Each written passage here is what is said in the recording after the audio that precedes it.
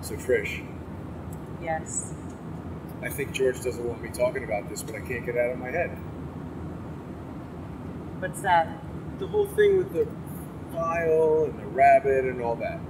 So just because, like, that sort of surprised me when you came over. That I didn't know you when George brought you over and put you on the iPad. I forget even what the circumstance was. But tell me this. There was some woman involved, right? Yeah. And she took over your Twitter account. She did. So she didn't take it. Well, she did. It was her original account. It was an alternate account that she had that she allowed me to use. What was the account? Wasn't it Trish Dishes? Trish the Dish?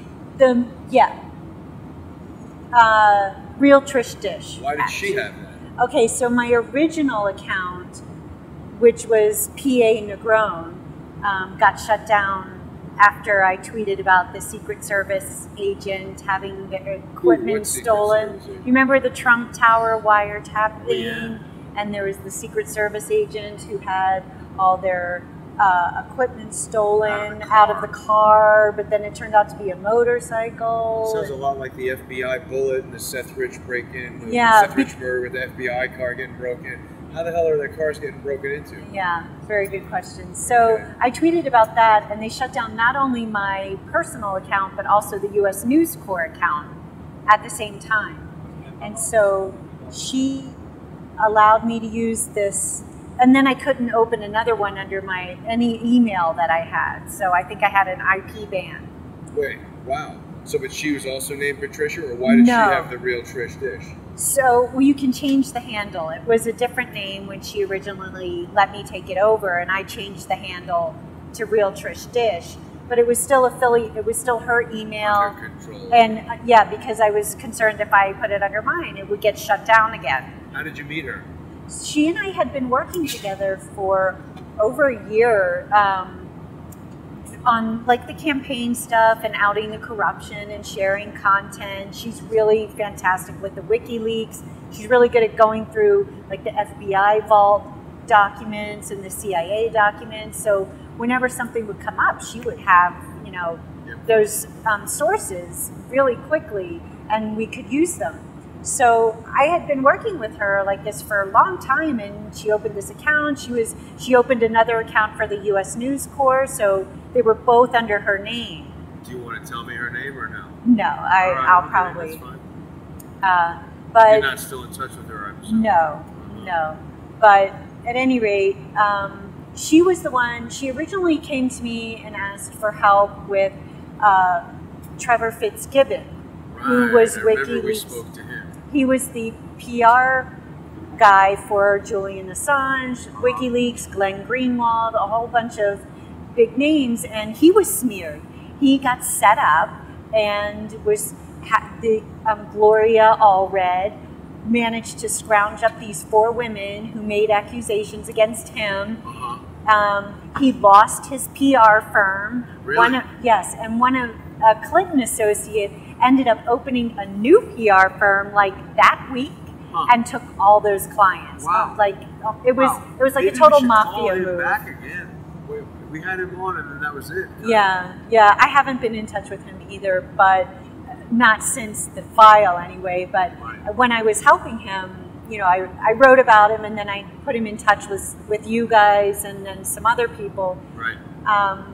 Because she asked me if I could help him. And then she came to me about these files. Right. And wait. So she came to you about these files. What did she say? She said, I have these files. They look like she thought they might be the ones that Seth Rich had. She said she'd been trying to go through them and see what they were. She shared them with the group. How did she know that they were what Seth Rich had? How did she get them? We don't really know. So she got them from Rabbit. Okay. And he was helping her, understand what was in them and how to search through them. And they were collaborating to try and find a way to get this out there. Okay. And she had been talking to actually CBS. She ended up talking with Laura, what's her name? She had been attacked. She had gotten discredited about Benghazi, and 60 Minutes, and her husband is an ex-CIA Was operative. that the woman who got raped? Lara Logan. Okay. Is it Lara Logan? Yeah, I know her. British or something? Or no? Yes, Yeah, I believe that's I right. know her, yeah. So they had a conversation on, I think it was Wednesday night, and she ended up talking with the husband, the ex-CIA guy, for a long time, This is too. all stuff she told you? Or, Yes. So you really only know that because she told you? Okay. Yes. And she had come to me before and asked me what I thought we should do with these files. And I suggested Jared Beck because it would be exactly the kind of content that would make sense for the DNC to give fraud. It to Jared Beck so he Yeah. can release it as part of his... Or use the information for the lawsuit, Right. or, you know, and expose it through the discovery process. And did you ever talk to him about that? He never responded. He's so busy. He's very busy. and I think legitimately would not want to have that content because they're still waiting on the decision on the motion to dismiss. And it wouldn't be relevant unless they go forward with the lawsuit. And didn't you just tell me that they were denied an order of protection? Why? On what basis? I don't know. We've got to get to Jared. All right. So, So at back any to this. rate, So she's got these files. She Jared wants Beck didn't want them. She was trying to, find somebody to get them out there. And I said the only other person I could think of was George. Right. And she put me in touch with George, with Rabbit. But she knew that you had been doing your accidental journalist series on George. Yeah. Oh, yeah. So if she wanted to try to, say, pass off some bad files to George, saying, "Hey, I have these files," you're basically the closest person she knew to George. Probably, There's not that many people that were doing like regular stuff with George. Right. That's true. Because you were there even before I was doing my interviews and stuff. But at the same time, she said she didn't like George, she didn't trust him, and she didn't want me to give him the files because of the Mossad connection. But so I was just like, that's the only other person. Mossad. Exactly. So, so she put me in touch with Rabbit anyway. I spoke with Rabbit briefly on the phone. I got in touch with you guys. He said it was okay, and I got in touch with you guys, and that's when we did the Skype call when I was planning to go see him. And so this all happened like the day before you called us? Was when it was all happening? The end part of it. I mean, it started a few weeks before where we were trying to reach out to Jared Beck. But had you seen my interview with George, the first one on the roof with the sound problem? No. Do you know if she had? I don't think she ever watched any of those. There's somebody reclining there. All right. That's all right. I don't think she ever watched any of the videos or followed the George's investigation. All right, but we don't really know. Yeah. Okay. But so, on the way to meeting with Rabbit, she's like, she texted me, I think it was, or called me, I can't remember. She got in touch with me and said, I don't want you to give the files to George. Why? Because she doesn't trust him. Because he's Mossad, according to her. Yeah. So, but meanwhile, Rabbit contacted me and said, are you working with George? And I was like, yeah, I thought he knew that because I had gotten in touch with him through this woman who knew that that's who I was.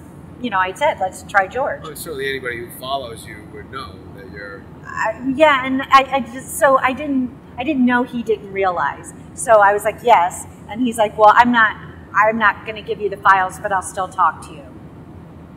Okay. So, I was like, that's fine. I went and I met with him. What do you have to talk about if he's not going to give you Well, the he files? said he would give me his perspective. And I thought that, right. Still worth writing about. And he had offered, and I thought he deserved that courtesy. Yeah. So we sat down and we talked for literally an hour and a half on a bench in front of like Dunkin' Donuts at a strip mall. So you've met? Oh yeah, no, we knew that you met him because he handed you the thing and then he accused you of whatever. Well, and that's the thing is, I never asked him to give me that thumb drive. I was fully expecting for him to not give it to me based on the last exchange we had. But then after talking for an hour and a half, and I finally was like, what is your goal in trying to get this out? And as I mentioned at the time, he's like, I just want an end to the corruption. And I was like, well, I don't have any better options to offer, and this seems like it would be. Why didn't he tell you at that time that this is files that have already been released 8 months ago? He seems to know that. He did tell me that. This is the point at which he's like, he showed me the screenshot of the Guccifer post, and then a screenshot of the WikiLeaks tweet of the Guccifer post. And he said, so this is where I got it from. He was releasing if it was already out. All of that I don't get. Like, what all the stuff about the files being old, it's like he knew.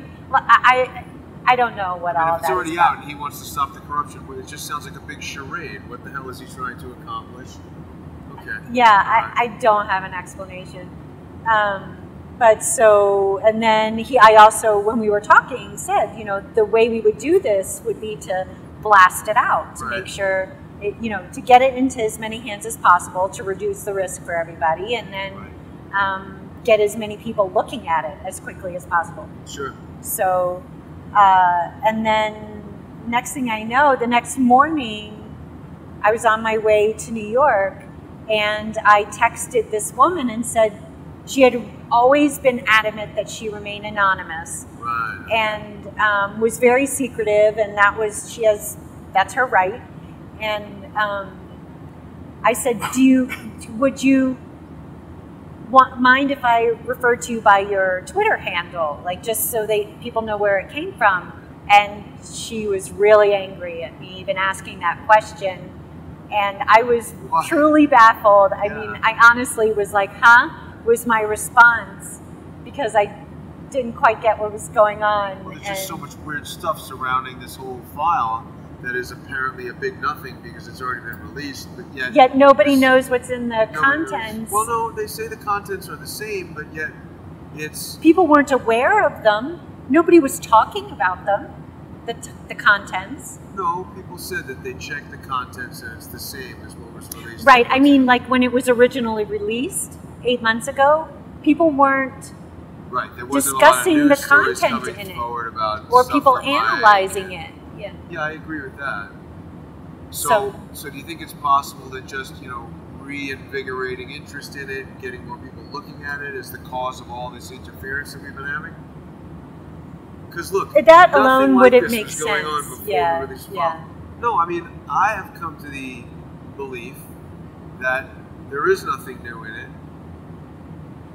I don't really have a good explanation as to why it's 1.11 gigabytes instead of 544, and they're saying that it's zipped, and all the the contents are zipped and then zipped again in there.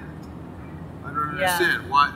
And someone sent me something that showed a file tag that Mike Conlow had created. I saw that one too, of the but files, I don't really know what that shows. I don't either. I mean, that's the thing. A lot of people are like, "Oh, look at this, look at that," but we haven't really drawn any conclusions from it. No. I think we might want to go back and look at that file some more. Yeah. What we really haven't had yet is because a lot of people actually, even 2 nights ago, I meant to publish this phone call. Somebody called me when I was driving in Ohio, and was the second person to tell me that they've been having all these really serious problems with their computer crashing out. Oh, yeah. All right, well, it's something to think about. I think we got to look at that file some more. Yeah, definitely. And we're still supposed to talk to Charles Ortel about those agreements. That got delayed by the whole Ohio expedition. Yeah. But there may be something legitimate there that once we, Has he seen the original file? I think you sent that to him. Or just maybe the one document, I'm not sure. Yeah, no, I just sent him the one that Kerplunk was talking about. All right, so we got a couple things to think about. All right, cool. We're going to look at that file some more.